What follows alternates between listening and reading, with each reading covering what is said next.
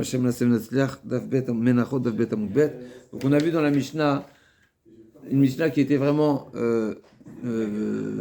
pratiquement mot pour mot similaire à celle de la première Mishnah de Maseret Zvachim, en tout cas la première phrase. On a dit Kol Zvachim, donc c'est tous les sacrifices, tous les bêtes qui sont égorgées. Quand on parle d'un Zevar, c'est une bête égorgée au couteau. Chez Shelo Lishman, Kesherim, et là Shelo Aloulechem Be'alim. Donc une bête qui était désignée Ola, et qui a été au moment du service, d'accord, le Kohen a pensé que c'était un autre type de korban, il a pensé que c'est shlamim ou autre, et bien le korban, il reste kasher. Il reste kasher, seulement l'offrand n'est pas acquitté. Pourquoi ? Parce que tout le service doit être au nom du korban. Ça ne veut pas dire que la bête, elle a changé de statut, ça ne veut pas dire qu'on a la capacité, cette pensée-là aura un effet sur la bête pour la rendre, pour lui donner le nouveau nom. Donc c'est pas nouveau nom, mais le service réalisé au nom au nom non approprié, eh ben il a un problème, donc ça n'acquitte pas l'offrand. Ce qu'on a dit pour les bêtes, eh ben la Mishnah nous a dit, c'est pareil pour les menachot. Pour les menachot, alors on a dit hier, il y a différents types de menachot, il y a différentes formes de menachot, il y a différentes étapes également dans la mincha, donc c'est l'offrande qui le service se déroule également en 4 étapes, à savoir la kmitza. Donc la kmitza, c'est le prélèvement d'une partie qui est prélevée, qui va être offerte sur le misbéach. Donc je prélève, le Kohen prélève, la kmitza qui était une pratique très particulière. Ensuite, ce qui est prélevé, il est déposé dans un ustensile. Donc le prélèvement, c'est comme la shrita, la Gemara a dit. Ensuite, je le mets dans un keli, c'est comme la Kabbalah. La Kabbalah, c'est le recueil du sang. Alors le recueil du sang, c'est pas seulement un moyen, bien sûr, mais juste rappeler cette particularité. Le mettre dans un ustensile, c'est ça qui va sanctifier le sang. C'est pour ça qu'une fois que le sang, par exemple, pour le sang, et pareil pour la kmitza, une fois que je l'ai mis dans un clicharet, il devient kadosh. Et c'est ce qui va permettre, si on veut, à poursuivre ensuite le service et aller le déposer sur le... Concernant le recueil du sang, on avait vu cette conséquence où un sang qui s'est renversé avant d'être recueilli, c'est pas la même chose qu'un sang qui a été recueilli qui s'est renversé. Oui, un sang qui n'a pas été recueilli qui s'est renversé, je peux pas le ramasser. Pourquoi ? Parce que c'est par définition le recueil du sang, c'est recueillir le sang de la bête. Une fois qu'il est arrivé au sol, c'est mort. Par contre, si il a été recueilli, il a été réceptionné, il a été recueilli dans un ustensile, ben ça, il était sanctifié. Après, il a été gauche, il a fait un faux pas et le sang s'est renversé, ça change pas. Ce qui est kadosh, il reste kadosh. Donc je peux même le récupérer. D'accord ? Donc ça, c'est pour les... pareil, on passe, on est dans Menachot maintenant. Pareil, pas pareil, en tout cas, c'est pas ce point que je veux dire, mais c'est simplement l'étape numéro 2.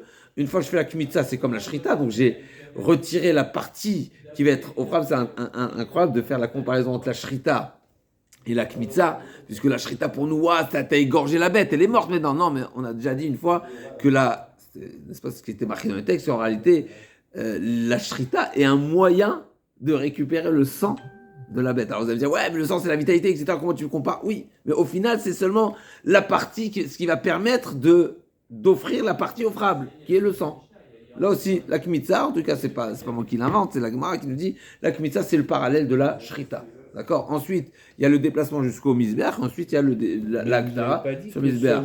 On pouvait chanter le keli, on pouvait directement le mettre... Il y a différentes menachot, comme on a dit, différentes formes. Est-ce que c'est ma fétano ? Est-ce que c'est ma chabad ? Est-ce que ma chéchet ? Donc il y a différents ustensiles. Est-ce qu'avec beaucoup d'huile, pas beaucoup d'huile, dans le four, on les fait des petits types, etc. Différents types de menachot.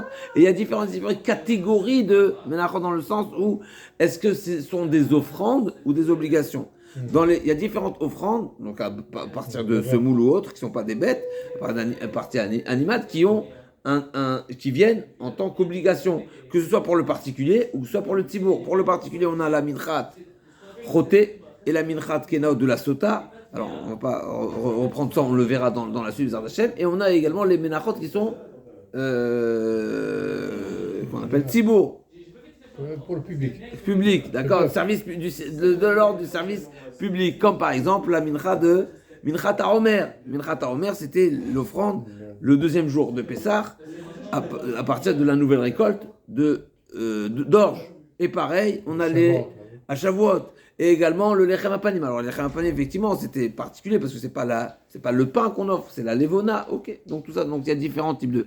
En tout cas, pour revenir dans notre Mishnah, nous, ce qui nous intéresse pour l'instant, c'est les deux grandes catégories de menachot, à savoir, il y a la menachot offrable, dans laquelle il y a différentes formes d'offrandes. C'est intéressant parce que c'est justement de ça qu'on va parler.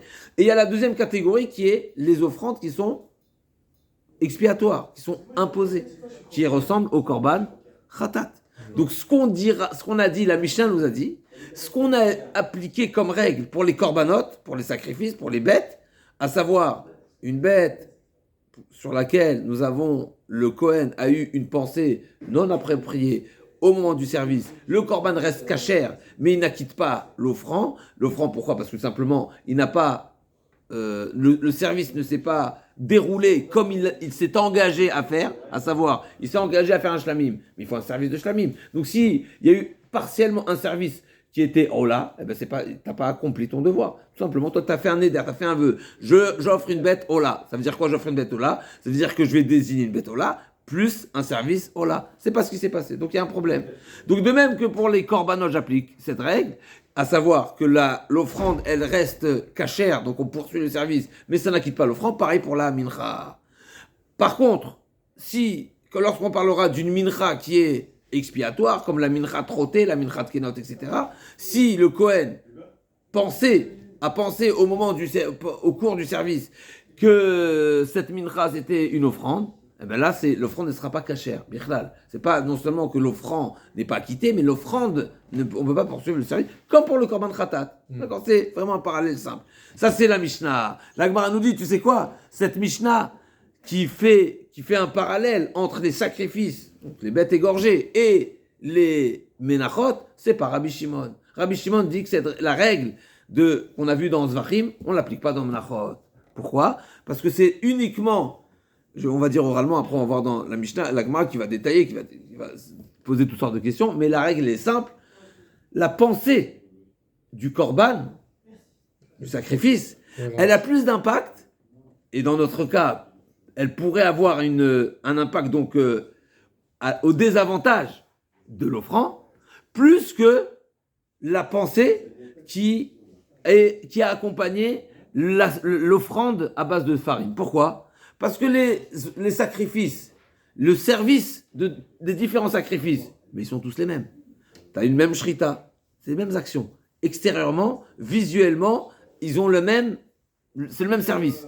Tu opères de la même manière, à savoir, c'est le cas de le dire, il y a une shrita, il y a un recueil, il y a une holacha, il y a une zrika. Donc les 4 étapes, mais elles sont classiques, elles sont similaires. Donc c'est pour ça que dans ce cas-là, la pensée est essentielle. Parce que rien ne s'exprime, on va dire. Il n'y a pas une expression qui va définir, il n'y a pas une action qui va démarquer le service l'un plus que l'autre. Donc tout va être défini, on va dire, et statué par la pensée. Donc si la pensée elle y a eu une sortie de route, eh ben ça invalide. Ça aura une conséquence sur le korban, à savoir que l'offrande n'est pas acquittée. Et dans certains cas, même ça va invalider. Par contre, dans les menachot, mais chaque mincha elle a son service. Donc concrètement, on voit quel type de mincha c'est. Donc la pensée, elle n'a pas d'incidence. Belle logique. La pensée, elle est prise en considération uniquement quand tout ne s'exprime, entre guillemets, que par la pensée. C'est-à-dire c'est la pensée qui fait la différence. Parce que l'action, c'est la même. Donc, on fait de la place à la pensée. Je vais dire dans mes mots, quand il y a action, la pensée ne prend pas le dessus, en un mot. Quand il y a action, et donc quand ça se démarque par une action, c'est-à-dire, je vais donner un exemple, ça va être ce que la Gemara va essayer de découvrir et de comprendre pourquoi là il y a action et là il n'y a pas action et il n'y a que penser. Mais admettons, quelqu'un qui fait une action qui est mincha de machéchet, mincha de machavat, etc. Mais lui il pense que c'est pas la bonne. Donc il est en train de faire quelque chose en pensant que c'est autre chose. Mais qu'est-ce qui prend le dessus, l'action ou la pensée ? Rabbi Shimon dit mais c'est l'action.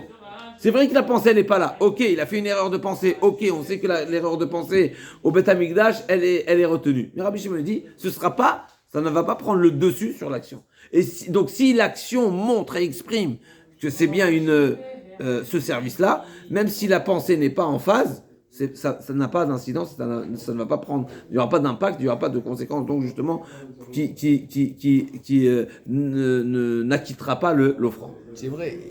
Donc l'imam Matnitin, Delo Rabbi Shimon, donc l'Agma dit, a priori, notre Mishnah ne suit pas la position de Rabbi Shimon. Pourquoi? C'est intéressant pourquoi l'Agma dit a priori, mais on va voir parce que l'Agma elle va essayer de limiter, on va dire, le point de discussion entre Rabbi Shimon et Rabban. Mais on a une braïta a priori qui est explicite, où Rabbi Shimon dit un enseignement qui va complètement en opposition avec notre Mishnah, à savoir, de Tanya Rabbi Shimon Omer, Kol hamenachot shenikmetu shel lishman ksherot ve'alu labalim shem chova. Nous, on a dit dans la Mishnah, les ménachot, les offrandes à partir de farine, etc., qui ont été mal, ça veut dire, au moment du service, il y a une pensée inappropriée, ça veut dire qu'il n'avait pas la pensée de la bonne type, de bonne modèle de mincha. La mincha, elle est cachère, mais l'offrande n'est pas acquittée. Et Rabbi Shimon dit, oui, l'offrande, il est acquitté. Pourquoi? Il dit pourquoi, Rabbi Shimon? Shena menachot de bot les zvachim.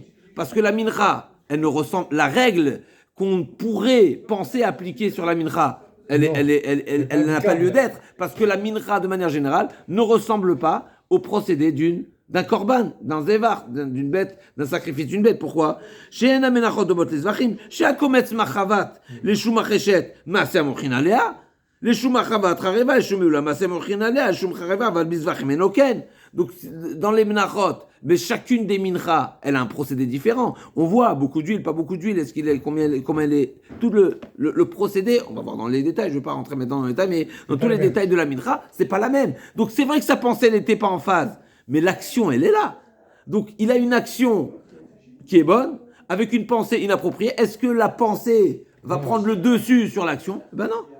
Donc, c'est pas grave. Au final, c'est pas grave. Alors que dans Zvachim, alors que dans les sacrifices, aval bizvachim enoken, shrita achat ekulam. Par contre, dans les sacrifices, mais on a tous le même procédé. C'est toute la même shrita, c'est tous la même kabbalah, c'est toute la même holacha, c'est toute la même. Les 4 services, les 4 étapes du service du korban, que ce soit égorger, recueillir, se déplacer jusqu'au misbéach et ensuite asperger, c'est le même. Donc c'est pour ça, c'est seulement dans ce cas-là, c'est seulement à ce sujet que la Mishnah nous a dit que la pensée est prédominante.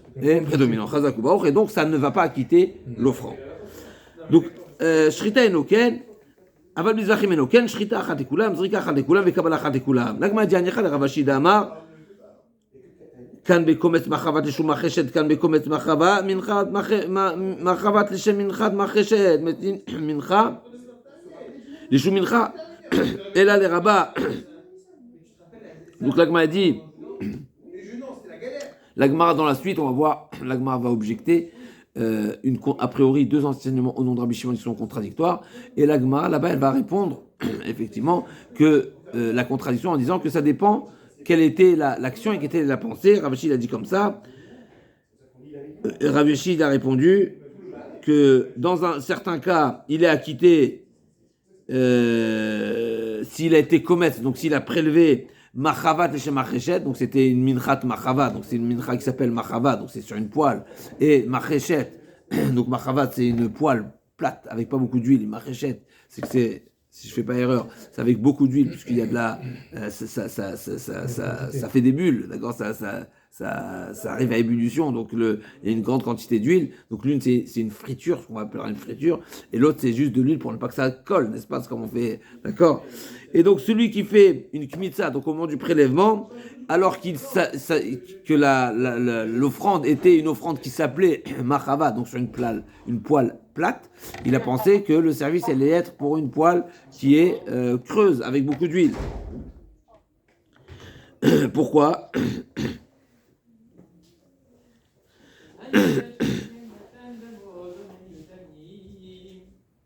Donc Rav Ashi a dit c'est seulement quand c'est pas visible, effectivement, il sera la différence n'est pas visible. Alors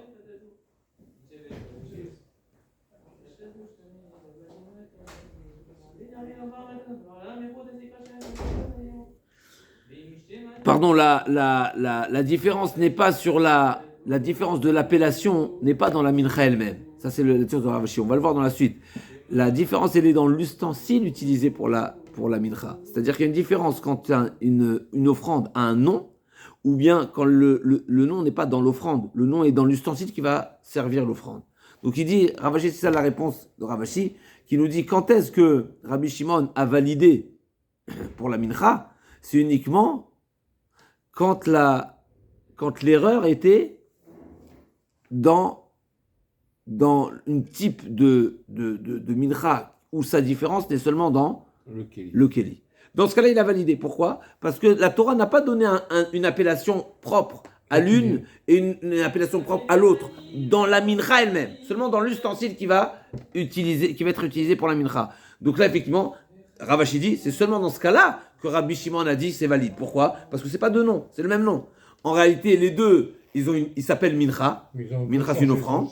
Seulement la Torah, elle dit, pour celle-ci, utilise une poêle plate et l'autre une poêle profonde. C'est pas le nom de la mincha qui est échangé. Et donc, si on dit que c'est seulement dans ce cas-là que Rabbi Shimon y valide, donc on peut très bien dire que notre Mishnah, elle est oui Rabbi Shimon, parce que Rabbi Shimon a validé uniquement dans un type de... La Mishnah, chez nous, notre Mishnah n'est pas rentré dans le détail quel type de mincha ce sera invalide. Mais effectivement, dans certains cas, Rabbi Shimon y validera. Donc ça, c'est Anichale Ravashi. Donc Anichale Ravashi, Mechila qui va répondre dans la contradiction dans la suite de la Gemara. Donc on peut très bien dire que notre Mishnah, c'est oui Rabbi Shimon. Et là les Rabba, Verava, Maïka Lemar, Veriktema, Kedeka Meshane Rabba, Kan Bishun Kodesh, Mishun Be'alim, Amatnin Shun Kodesh. Ah, tu vas me dire, comme Rabba a répondu, que non, il y a deux types de pensées inappropriées. Il y a la pensée inappropriée qui est du nom de l'offrand et du nom de l'offrande.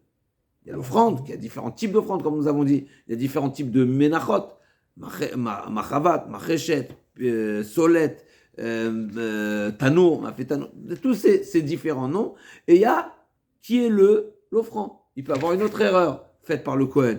Il y a deux personnes qui sont présentées à lui, les deux sont venus avec une mincha, et il a inversé. Il a pris la mincha de droite pour Reuven au lieu de Shimon, et vice versa, d'accord ? Mais l'Agma a dit cette réponse-là, tu ne veux pas la proposer pour notre Mishnah. Pourquoi ? Donc, Ketzad, Meshane Rabba, Kan, Beshinun Kodesh, Beshinun Bani, Amatin Shinun Kodesh, de Katane Ketzad. Là, tu ne veux pas dire ça. Pourquoi ? Parce que notre Mishnah parle bien d'une pensée qui a. Donc, le Kohen a fourché, en tout cas, il a pensé une pensée inappropriée de la nature du korban, de l'offrande, et pas de la nature de l'offrand. Amane Shinun Kodesh, de Katane Ketzad, Ishman Ishman, Nishum Mincha Trote, Ishman Mincha Nedava. Ve'inami kedeka meshane rava kan bekomet mincha shum mincha kan bekot mincha shum zevach amatnitin mincha leshem minchai vekanoshu ishman vishman leshem mincha nedava leshem mincha trote et là les rabba verava mechovarta manin de l'okarbishon. Donc la Gemara a dit, on est forcé à dire, d'après Rabba et Rava, on est forcé à dire qu'effectivement notre Mishnah ne suit pas Rabbi Shimon. Point, on a c'est affaire casée, on y va, on passe. D'accord, la Gemara dit veramé de Rabbi Shimon. Maintenant on revient à cette parenthèse qui est introduite ici.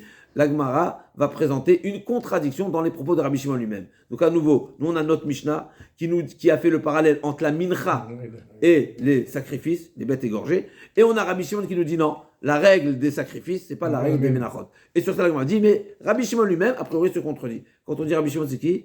Rabbi Shimon Bar Yochai, Rabbi Shimon Tanya, Rabbi Shimon Omer, Kodesh Kadashimi, Kachatat Vecha Hasham. Donc le passage qui parle de la mincha, c'est marqué lo te'afe chametz chelkam natati ota meishai kodesh kadashimi. Donc c'est kodesh kadashim, la mincha elle est kodesh kadashim kachatat vekahasham, avec un parallèle, avec une comparaison. La Torah elle met sur le même piédestal l'Iroa la mincha à la chatat et la hasham. C'est un kodesh kadashim.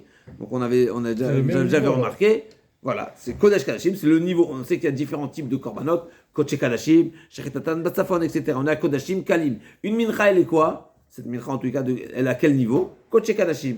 Maintenant, la Torah ne s'est pas contentée de dire Kodesh Kadashim, mais elle nous a donné également des exemples. Khatat et Hasham. Maintenant, on sait que Khatat et Hasham ils n'ont pas les mêmes, forcément les mêmes définitions. Khatat, on sait très bien, il y a des règles particulières. Alors effectivement, on a déjà vu au début de Masechet Zvachim que certains Tanaïm mettent sur le même piédestal le Khatat et le Hasham, mais il faut comprendre, si on a mis Khatat et Hasham, décide-toi, plus comme le Khatat ou plus comme le Hasham, ou c'est la même chose. Alors la Gemara a dit comme ça, Veramid Rabbi Shimon, Tanya Rabbi Shimon Omer, Kodesh Kadashimi, donc la mincha, elle est Kodesh Kadashim, c'est le niveau de Kodesh Kadashim, Kachatat Vekasham, ça c'est explicité dans la Torah, au même titre, au même niveau, au même degré que le Korban Khatat et le Korban Hasham. La Gemara a dit, qu'est-ce qu'il dit à ce sujet Rabbi Shimon ? Yesh mem kachatat, yesh mem kahacham. Quand la Torah te dit que la mincha, grand titre, mincha, c'est comme chatat et hacham, c'est pas qu'on est en train de dire que tout rentre dans une même case, dans une même catégorie, dans une même comparaison. Non, kachatat, certains c'est comme le chatat, et certains sont comme le hacham. À savoir, donc yesh mem kachatat, yesh mem kahacham. Mincha troté, la mincha, donc une offrande de fin qui est pour celui qui a fauté, quel type de faute? On a différents types de fautes pour lesquelles on offre une mincha, comme par exemple celui qui rentre au Beth Amikdash en étant impur, etc. Arei kachatat. Donc c'est une offrande qui est expiatoire, et donc c'est comme le korban, comme le sacrifice qui est expiatoire, c'est la même chose. Et l'effikar, kim tachel lishma, pesula. C'est pour ça que s'il a été prélevé la partie de donc la kmitza, ce prélèvement chez l'olishma, pas en son nom, et ben c'est invalide. L'effikar comme ça chez l'olishma, psula, kachatat, minchat, kachatat, comme le korban khatat. Par contre, minchat nedava, par contre si c'est une offrande, c'est pas ça vient pas en dette, c'est pas un devoir, c'est pas un korban imposé, c'est pas une offrande imposée, c'est une nedava, c'est une offrande. Alors là, ce sera plutôt comparable au hacham. Korban hacham, l'effikar chez l'olishma, keshera, vika hacham, ma hacham, kasher veno meratze, af minchat nedava, kesher veno meratze. Mais là aussi, on va aller jusqu'au bout. De même qu'un korban hacham, avec une pensée inappropriée, le korban est kasher, mais ça n'acquitte pas l'offrande. Et bien là aussi pareil. Donc, kal khatat, kacham, il y a des menachot. Certaines menachot sont comme le korban khatat, et certaines menachot, comme la minchat nedava, elle est comparable au korban hacham. À savoir, c'est kasher, mais pas, ça n'acquitte pas. Donc ça, c'est la position de Rabbi Shimon. Donc contradiction avec ce qu'on vient de voir. On a vu précédemment que la Gemara nous a cité un enseignement au nom de Rabbi Shimon qui dit quoi? Que la mincha, et c'est kasher, et ça acquitte. Et l'autre côté, il a dit non, c'est kasher, mais ça acquitte pas. Pourquoi? Parce que c'est comme le hacham. Donc dans une contradiction à propos de Rabbi Shimon. À ce sujet-là, on a trois réponses. On a Ravashi d'un côté et Rabba et Rava d'un autre côté qui vont répondre là à cette contradiction entre Rabbi Shimon, entre les différents propos de Rabbi Shimon. Donc on reprend. Amar Rabba lo kashia kan b'shinui kodesh kan b'shinui be'alim. Donc Rabba, mechila, est-ce que j'ai sauté une ligne? Oui. Il a les Rabba, ma. Veno meratze, af mincha v'navishar veno meratze. Amar Rabba, donc on est un petit peu en dessous du milieu de la page. Amar Rabba lo kashia kan b'shinui kodesh kan b'shinui be'alim. Donc Rabba, comment il a répondu à cette question? Ça dépend quelle était la problématique dans la pensée. Est-ce qu'il a pensé que c'était pas le bon korban ou pas le bon offrand? Si c'est pas le bon, d'accord, si c'est pas le bon offrand, kan beshinui kodesh, kan beshinui be'alim, je dis pas de bêtises.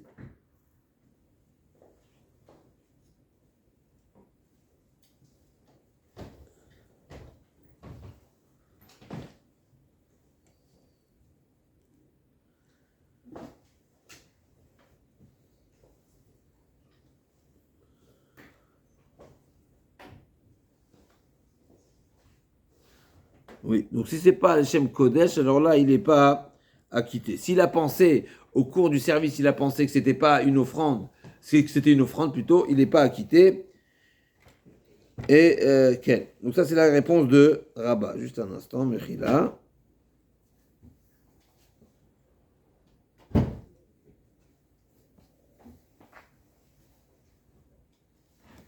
Donc, Kan Beshinui Kodesh. Donc effectivement, donc d'après Rabba, si c'était une autre, il a pensé à tort à une autre catégorie de mincha, là c'est valide. Mais s'il n'a pas pensé à la bonne personne, alors là c'est invalide. Amale Abaye, Mirde Marshava de Pazar Hamana et Kishaou, Mali Shinui Kodesh, Mali Shinui Be'alim, a priori, si la Torah, elle a mis sur le même piédestal, puisqu'elle a comparé la mincha au Khatat et Hacham, c'est-à-dire l'offrande à partir de farine, et la comparer au sacrifice de Khatat et Hacham, qui t'invite et qui te permet, qui t'a autorisé à faire cette différence entre les différents types de marshava. Donc, si c'est comme Khatat, c'est comme Khatat, c'est comme Hacham, c'est comme Hacham, et point barre, tu ne vas pas faire des différences internes, mais non, tu ne vas pas rajouter des différences qui ne sont pas forcément mentionnées. Et donc, Amarli, il lui a dit non, Maasea Mochichi des Kamar Rabbi Shimon, Svaraï, en réalité, non. Les propos de Rabbi Shimon, c'est une svara, c'est une logique. Et donc, Ve Rabbi Shimon, Darish Tamad Ikra. En réalité, comme on sait bien la position de Rabbi Shimon de manière générale, Rabbi Shimon, il va appuyer la définition de la mitzvah, de l'interdit ou autre, selon une svara, selon une logique. Comme le fameux exemple qui est bien connu, la Torah dit « Lotarvol beged almana ». Donc on a un interdit particulier de ne pas aller réclamer le gage d'une femme qui est veuve, qui est empruntée, qui n'a pas de quoi rembourser, on ne va pas lui prendre. Et ça, il y a une discussion entre Rabbi Shimon et Chachamim. Pourquoi la Torah te précise que c'est une veuve ? Est-ce qu'une veuve, parce qu'en général la veuve n'a pas les moyens, ou bien la veuve, non, c'est la veuve, dans tous les cas. Ne cherche pas à venir définir. Même les veuves voilà. Rothschild, voilà. On y va Donc pas. Rabbi Shimon lui dit, pourquoi on a parlé de la veuve ? Parce que normalement, la veuve est démunie. Normalement, c'est l'homme qui ramène la parnassa, l'homme est décédé, elle est veuve, donc normalement, elle n'a pas de ressources. Mais si elle a des ressources, il n'y a pas aucun interdit. Tout l'interdit de la Torah qui précise ne va pas prendre chez une veuve, parce qu'en réalité, non. C'est pas, ne retiens pas le mot de la Torah. Retiens, le mot, c'est une manière de révéler une situation. Donc c'est un tab. Donc c'est déjà une interprétation. Même Rabbanan dit non, c'est marqué almana, ça change pas. Ashira ou Ania, je veux pas faire abstraction de ce qui est marqué. L'explicite de la Torah ne me permet pas d'aller à l'encontre. Me permet de donner une interprétation qui viendra limiter le sens premier de la Torah. La Torah, elle a dit almana, c'est une veuve. Une veuve, c'est une veuve. Non, tu dis non, mais c'est quoi ? C'est quoi l'idée de la veuve ? C'est qu'elle n'a pas les moyens. Ça, c'est Rabbi Shimon. Donc, c'est vraiment en opposition. Quand c'est pas marqué, tu peux donner des explications. Mais quand c'est explicite, Rabban dit c'est explicite, ça change pas. Donc là aussi, pareil. Il nous dit Abaye, Rabbi Shimon, qui s'est permis de donner une explication, mais en réalité, parce que Rabbi Shimon, il a l'habitude de définir selon l'explication. Et donc, il nous dit que Rabbi Shimon nous a dit qu'il y a une différence entre ce qui est Maaseh Mochin quand il y a une action et quand il n'y a pas d'action, ça c'est une logique de Rabbi Shimon. Et donc, Marshava de Minkera Passal Achmana, Marshava de Minkera Lo Passal Achmana, Marshava de Lo Minkera Passal Achmana. Donc, quand il y a une Marshava, quand il y a une pensée, mais rien n'est remarquable dans les actions, alors là, la pensée, elle est un invalide. Par contre, Marshava des Minkera, quand il y a une Marshava, mais on remarque que les actions qui sont menées, ils expriment davantage, et bien la Marshava n'aura pas le dessus. Alors la Gemara, Siman, Ola, Malakumitza, Khatataof, Kodesh Kodeshim, Kodeshimin. Donc la Gemara, elle va demander, à partir de ce qu'on vient de dire, que Rabbi Shimon a une règle particulière pour ce qui est visible ou non visible, il fait la différence entre les deux. A priori, il y a d'autres, même dans les Korbanot, on pourrait retrouver cette règle de Rabbi Shimon, plutôt que de faire une règle qui va séparer en deux les deux catégories, à savoir les bêtes qui sont égorgées et les ménachot, qui sont les différentes ménachot. On pourra trouver et des korbanot où on voit la différence, et des ménachot peut-être également où on ne voit pas la différence avec la question de l'agma. Donc l'agma dit la meata. On la taof, chez Melaka, les maala, mishum, khatataof, terate, a priori d'après cette règle. Donc on la taof. Donc on la taof, on a une volaille. Où est-ce qu'on fait l'aspersion ? Là-haut. Donc admettons que lui, le Kohen, il a aspergé là-haut en pensant que c'était khatat.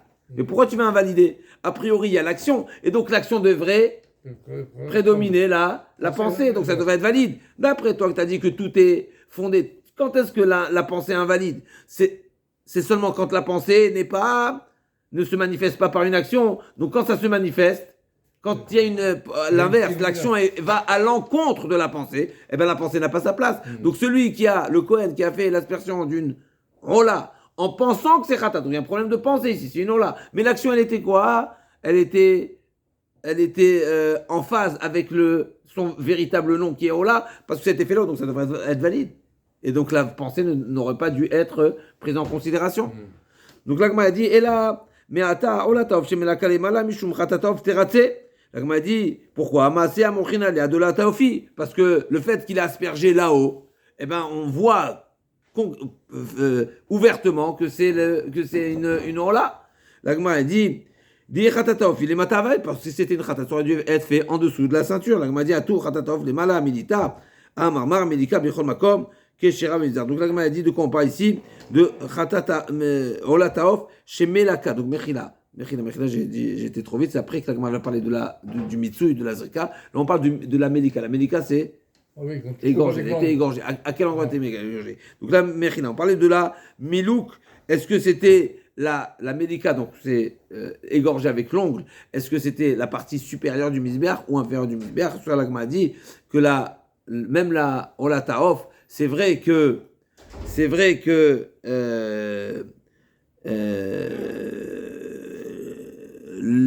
normalement le Khatatov il est méliqué en bas, mais ça peut être aussi fait là-haut. Il n'y a pas d'inconvénient, il n'y a pas de voilà, il n'y a pas de contre-indication de le faire. C'est pas parce que c'est pas l'endroit idéal que ça veut dire qu'il y a une contre-indication. D'accord, on a dit, d'accord, donc, Atou Khatataof, les malamita, Amarma, Melika, Bechol Makom, Mizbeach Shira, comme c'est marqué, la Melika peut être fait à n'importe quel endroit du Mizbeach. Là, on a dit, Olataof chez Mitza, deuxième question, Milataof chez Mitza, Dama, les Mala. Là, on parle de Mitsui, Mechila.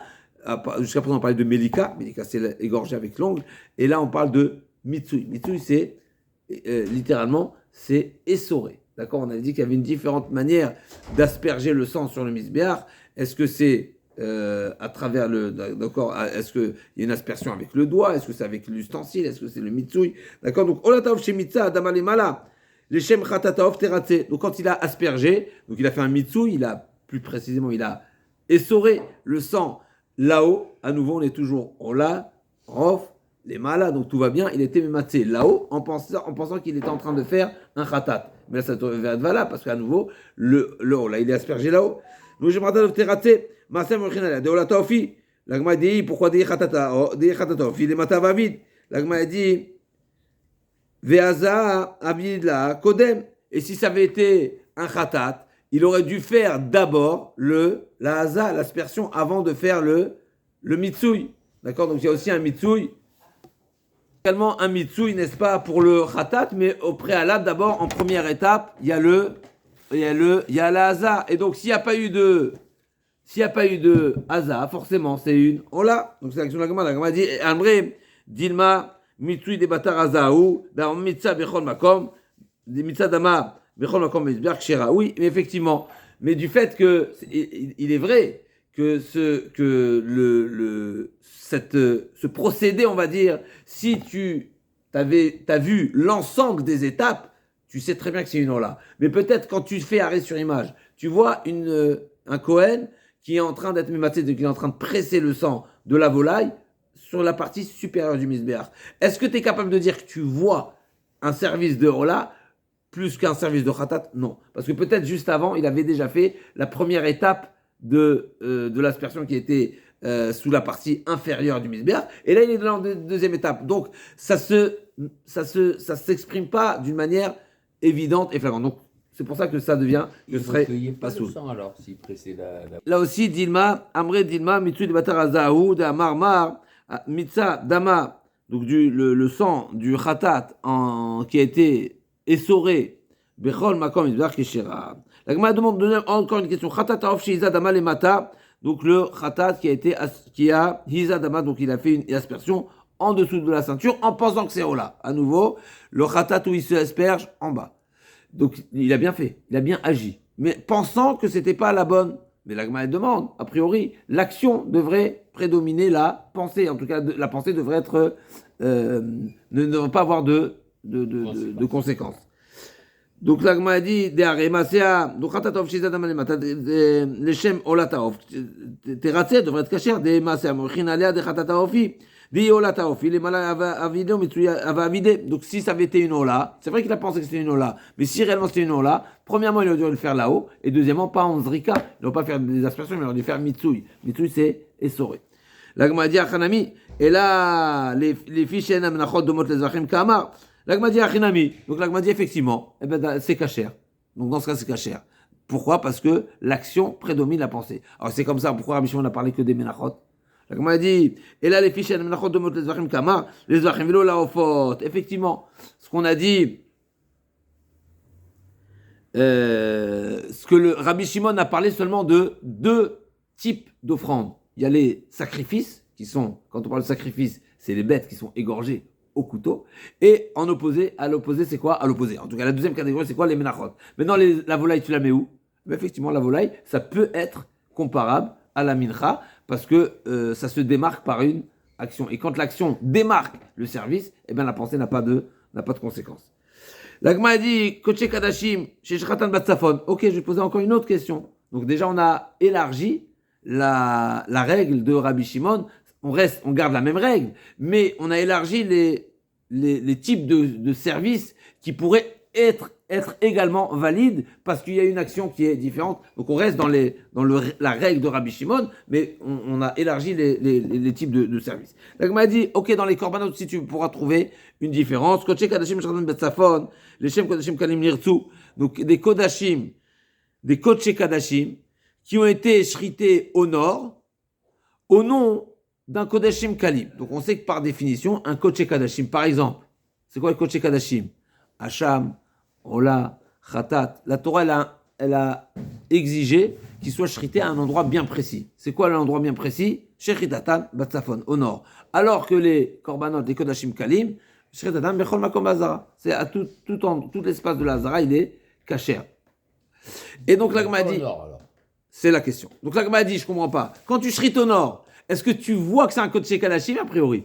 Donc même s'il a pensé qu'il n'était pas un Kodesh Kadashim, le fait qu'il se trouve à l'endroit des Kodesh Kadashim, eh ben ça prouve qu'il est Kodesh Kadashim. Donc même dans les korbanot, je devrais dire qu'il y a une action qui prouve le nom du korban. L'Agma a dit oui, mais non. Pourquoi? Parce que c'est vrai que le Kodesh des Kodashim Kalim, la Torah n'a pas exigé au nord, mais c'est caché aussi au nord. Donc quand tu vois une shrita au nord, t'as pas la certitude que c'est un Kodesh Kadashim. Ça peut être. Si c'est un Kodesh Kadashim, c'est imposé et c'est indispensable. Mais un Kodashim Kalim peut être également au nord. Donc t'as pas la certitude. Donc là, on m'a dit Kodesh Kadashim Kalim Yiratsu. Pourquoi? Masé Amochin Alia, de Kodashim Ninou, de Kodashim Kalim Bedarom Avavid. Là, on m'a dit Imour Damar Hamana Av Bedarom, Bedarom Velo Betsafon Miyamar. La Torah n'a pas dit que tu feras uniquement au sud pour les Kodashim Kalim. C'est vrai que les Kodesh Kadashim, c'est uniquement au nord. Mais les Kodashim Kalim, Bechol Makom Azara, même au nord d'Itnan, Shechetan Bechol Makom Ba'azara. Kodashim Kalim, la Gemara va poser une autre question. Kodashim Kalim, ok. Maintenant, Kodashim Kalim. Donc des Kodashim qui se shritent partout. Donc la Torah n'impose pas au nord. Et donc lui, il a pensé quoi? Que c'était un Khatat, c'était une Orla. Mais a priori, tu devrais dire, sa position va prédominer sur la pensée. Pourquoi? Parce qu'il se trouve au sud. Et là, c'est le sud et pas le nord. Donc la pensée d'une inappropriée qui aurait été, on va dire, qui aurait été relative à un korban qui doit être shrité au nord, elle devrait ne pas être prendre en considération parce qu'il n'est pas au nord. Oui. Donc là, on m'a dit Kodashim Kalim Badaram, le Shem Kadashim Niratsum, Matsé Mochinalem, des Kodashim Kaliminu, des Kodashim Kadashim Batsafon. Vous l'avez dit, parce que si ça avait été une là, il aurait dû être au nord. Là, on m'a dit Amré. Non, l'Agma a dit non, pas forcément. Pourquoi? Parce que quand tu vois une bête shritée, et là c'est déjà plus subtil, et bien l'Agma ne s'explique pas davantage, mais l'Agma a dit, quand tu vois qu'une personne shrite au sud, t'es pas certain que le Kohen agit bien. Parce que tu te dis peut-être c'est une Orla qui aurait dû être shritée au nord, et le Kohen s'est manqué. Mishuma. Jusqu'à présent, on n'a pas dit cette logique. Parce que si on dit cette logique, tout tombe à l'eau. Parce que jusqu'à présent, on est en train de dire non, que l'action est parlante, l'action prouve, l'action définit, l'action est expressive. J'en dis non, peut-être qu'il se trompe. S'il se trompe, tout tombe à l'eau. Ok, l'Agma dit, donc si tu dis cette règle, eh ben, tout va tomber à l'eau. Et à chaque fois, tu vas dire, non, mais l'action n'est pas significative parce que peut-être il fait erreur. L'Agma dit, aïe, des kakamis les maréchettes. Amar, aïe, be machéchet nadar, va y démater la machava, de machéchet. Iou me baou david va être machava. Donc peut-être t'es trompé. L'Agma dit, atam nami, qui n'a mis, be machéchet nadar, qui mettait machavat. Machavat aviak ditnan, omer alay, be machavat du machéchet, marché machavat, marché vi, ve yede nidro lo yatsa. L'Agma a dit, donc effectivement, même si quelqu'un a fait un éder, donc il s'était engagé d'offrir Bemacheshet, donc une poêle profonde, et il a offert sur une poêle plate, oui. Et ben c'est une offrande de poêle. Ce qui est fait est fait. Seulement, il n'est pas acquitté. Donc, à nouveau, toi, tu es venu poser quoi comme question? Tu dis, mais quand il a fait, c'est quoi la différence entre un korban qui est shrité au mauvais endroit, à savoir, qui shrite au sud, qu'a priori, ça devrait être pour toi une certitude que c'est pas un kodesh kadashim, d'accord? Et sur ça, la Gemara dit non, c'est pas une certitude. Pourquoi? Parce que tu dis que c'est trompé. Alors que pour la mincha, tu dis pas ça. Je dis pas peut-être c'est trompé. Et donc, selon ce qu'il amène, tu dis c'est ça ce qu'il est en train de faire. Et dit c'est fondamental. Parce qu'un kodesh kadashim qui était shrité au mauvais endroit, mais il n'est pas valide le service. Alors que là, c'est valide. Donc, c'est pas la même chose. Donc, de dire que quelqu'un, d'accord, quand tu vois quelque chose qui concrètement a une conséquence halachique, à savoir, où tu dis c'est une machavat, la preuve en est, le fait de voir que c'est dans une poêle plate, eh ben c'est la réalité que c'est une poêle plate. Parce que pourquoi? Parce que même si en réalité il s'est trompé, ça m'intéresse pas tellement. Pourquoi? Parce que quel statut tu vas lui donner à cette machava, à cette offrande? De la poêle, la poêle plate. Parce que c'est selon ce qui est fait qui est défini. Alors que dans les korbanot, c'est pas ça. Parce que s'il s'est trompé, c'est invalide. Donc son erreur n'a pas de conséquences, n'a pas d'impact en tout cas sur ce qui est fait. L'agma a dit Atam ki nabi macheshed nadar kan ve'nisrael nedonata. Vedilma l'agma a dit Dilma Amar. L'agma a dit peut-être que celui qui voit, il va supposer, il va penser Vedilma Amar zu leavi b'machavat ve'macheshet keditna zu leavi b'machavat ve'macheshet b'macheshet b'machavat. Arezou psula. Si c'est vrai que dans certains cas, elle est valide, à savoir celui qui dit il s'est engagé de faire machavat. D'accord? Il dit je m'engage, donc c'est un éder. Donc il a dit je m'engage à faire sur une poêle plate. Et il a amené une poêle profonde, l'offrande elle est valide. Pourquoi? Parce que c'est une offrande cachère. Il ne s'est pas acquitté, mais c'est valide. Par contre, s'il a dit je m'engage à offrir cette mesure de ce moule, celle-ci elle est machavat, elle sera machavat. Et il a offert en macheshet, il n'est pas acquitté.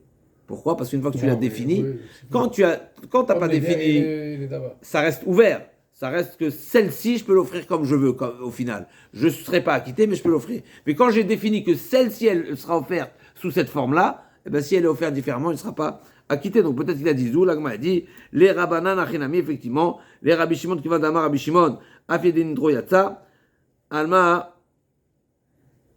qui viuta demana velo klumu, loshna marzu velo amar, veloshna amar alay. D'après Rabbi Shimon, effectivement, il n'y a pas de différence puisque l'ustensile ne définit pas l'identité de l'offrande. Et donc il n'y aura pas de différence, même s'il a dit zou, même s'il a dit celle-ci, je l'offrirai sur une poêle plate et il a offert profonde, c'est quand même cachère.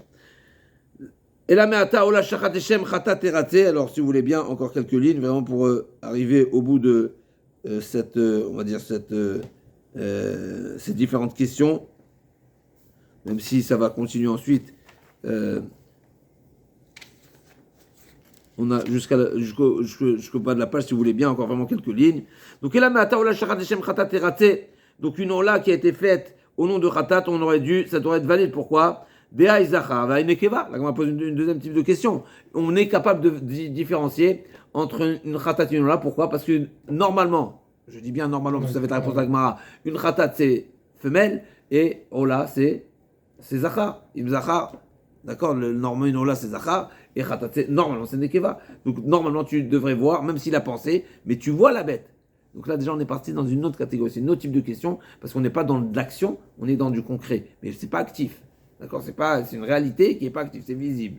C'est visible et l'Agma, elle considère que de même qu'une action qui est du fait que l'action c'est visible, eh ben ça donne cette conséquence. Et pareil, la visibilité, donc ce qui est visible de l'état de la bête, il va prédominer sur l'action. Donc déjà ça raffine encore plus les propos de Rabbi Shimon. L'Agma dit non. L'Agma dit non. Il existe quand même un korban khatat qui est également mal, comme celui du Nassi du roi. Amar, Leshem Khatat Yachid, Maïkalema. Ok, mais on a dit qu'est-ce que tu diras dans le cas où il a parlé, il a dit explicitement que c'est un korban Yachid, que c'est un korban du particulier. Et donc là, tu ne veux pas te supposer que c'est un korban du roi. Vetou, Khatat Yachid, Khatat Shemola Terate. Et qu'est-ce que tu vas dire dans le cas inverse? Une Khatat du particulier qu'il a shrité les Shem Ola. T'es raté, pourquoi Khatan Nekeva Veola Zachar? À nouveau, dans le cas inverse, la situation inverse. Donc on sait bien que là, le Khatat, il est Nekeva et la Ola, il est Zachar. Donc s'il a shrité une Khatat en pensant que c'était une Ola, eh ben ça devrait être valable. Là, pourquoi? Non, Mikassia Bealia, même la queue recouvre le genre de la bête, donc ça, c'est parties qui permettent de la définir. Et donc, c'est pas visible. Pardon? Sur un mouton. Alors, effectivement, il y a pas toutes les bêtes ont les queues. Effectivement. C'est justement la question. L'agmadia tinar, echad a été kivsa, pardon. Donc la kivsa, là, elle a la queue. Mais seira maïkalema. Donc effectivement, si c'est la femelle du bouc, c'est quoi? La brebis, là? Femelle du bouc. La brebis, ouais. La brebis, oui. Eh ben elle a pas de queue qui cache ses parties, donc a priori, tu n'as pas la réponse. On m'a dit, et là, on est forcé de dire, et là ben Sraim le nekevot, la vadatayou, les gens c'est pas quelque chose qui est suffisamment visible, et donc en tous les cas, on ne porte pas attention, et donc c'est pas suffisamment. Là, moi, elle va poser la même question, Pesach Shrato le Shem Hasham, Nirate, Dehaï ben Shana, Vehaï ben Sheshanim, entre Korban Pesach et le Korban Hasham, également on doit être capable de faire la différence, parce que l'un, le Korban Pesach, il doit ben Shana, alors que le Hacham, il est plus âgé. Là, dit pareil, Kevan Dika, Hacham Nazir, le Hacham Metzora, le Psika, il y a également des Hacham qui sont plus jeunes, comme le Hacham du Nazir Metzora. Amar, les Shum Hacham, Gzelot, Shum Hacham, Ilod, Maïkalmar, qu'est-ce que tu diras quand il a dit précisément de quel type de Hacham il offre? Et là, tu veux pas utiliser cette réponse parce que, effectivement, il y a un âge qui s'impose. Là, dit, Vetou, Hacham, Gzelot, Hacham, Ilod, Shratan, Shum Pesach, qu'est-ce que tu vas dire dans le cas inverse, quand il a shrité un Hacham en pensant que c'était un Korban Pesach? Des Pessah, Ben Shana, Ve'ane, Ben Sheshanim, le Pessah ne peut pas dépasser un an, alors que le Hacham, au contraire, il a plus qu'un an, donc il est dans sa deuxième année. La Gemara dit, et là, forcément, on est obligé de dire, Ben Shana, Ben Sheshanim, les gens ne différencient pas forcément l'âge de la bête n'est pas forcément visible, parce qu'il y a des bêtes qui sont plus fortes que d'autres. Des cas ben shana, des versets qui ben shtaim, des cas ben shem, des versets qui ben shana. Seir, chez Sharato Shem Hacham, l'irte, des haïs, temer, vaïtsear. Il y a des corbanotes qui sont complètement différents, parce que l'un, c'est un seir, donc c'est un poil, c'est pas de la laine, c'est un poil, c'est plus dur, c'est plus rigide. Et l'autre, c'est de la laine, donc on fait la différence entre le poil d'accord, du seir et du keves. L'agma a dit, Amre dicha uchmaou. Les gens vont supposer que c'est un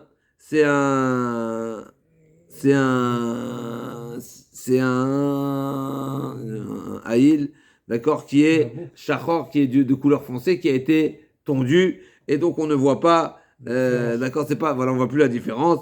Egel ou pas, qu'est-ce que tu vas dire quand on parle d'un veau et d'un taureau, d'accord, là c'est vraiment une grande différence. Shradan Jupesar Vacham Yiratou, Egel ou pas, Bepesar Vacham Lika. Donc on sait très bien que, d'accord, celui qui a shrité là, c'est un exemple déjà plus simple. Celui qui aurait shrité une bête, d'accord, comme un egel, un veau ou un taureau pour Korban Pessah. On sait très bien que c'est marqué dans la Torah. Mishrou Krolachem Tson, c'est seulement un petit bétail pour le keves, keven menchelato, pour le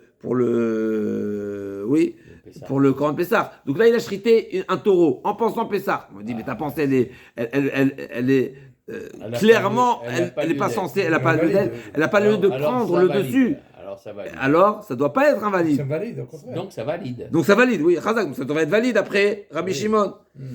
Donc là, a dit, Egel ou pas, Shradam Shem Pesach Hacham Yeratou, Egel ou pas, Pesach V'Hacham Nika. Là, a dit, Inachinami. Donc là, a dit, effectivement, d'après Rabbi Shimon, à nouveau, même dans les Zvachim, même dans les bêtes égorgées, si l'erreur de la pensée est visible, c'est-à-dire que l'action est visible par rapport à la pensée, donc la pensée n'a pas de place, et donc ce sera cachère. Effectivement, donc celui qui shrite, d'après Rabbi Shimon, la même règle au final que j'applique pour les menachot, parce que justement la mincha, elle se démarque par son action, et bien effectivement, si tu trouves des corbanotes dans lesquels l'action également va affirmer son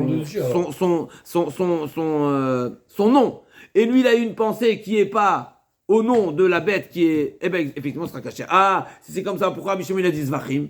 C'est pas, la différence n'est plus entre Zvachim et Menachot. C'est entre ce qui est visible et pas visible. Il dit effectivement. Mais en général, les Arima et Zvachim, Rov Zvachim, effectivement, la majorité des Zvachim, ils se confondent. Ils peuvent se confondre. Donc, c'est défini selon la pensée. Mais effectivement, ceux qui ne pourront pas être confondus, eh ben, la pensée ne prendra pas le dessus, comme les Menachot. On se retrouve devant les Atouïdbar pour la suite de la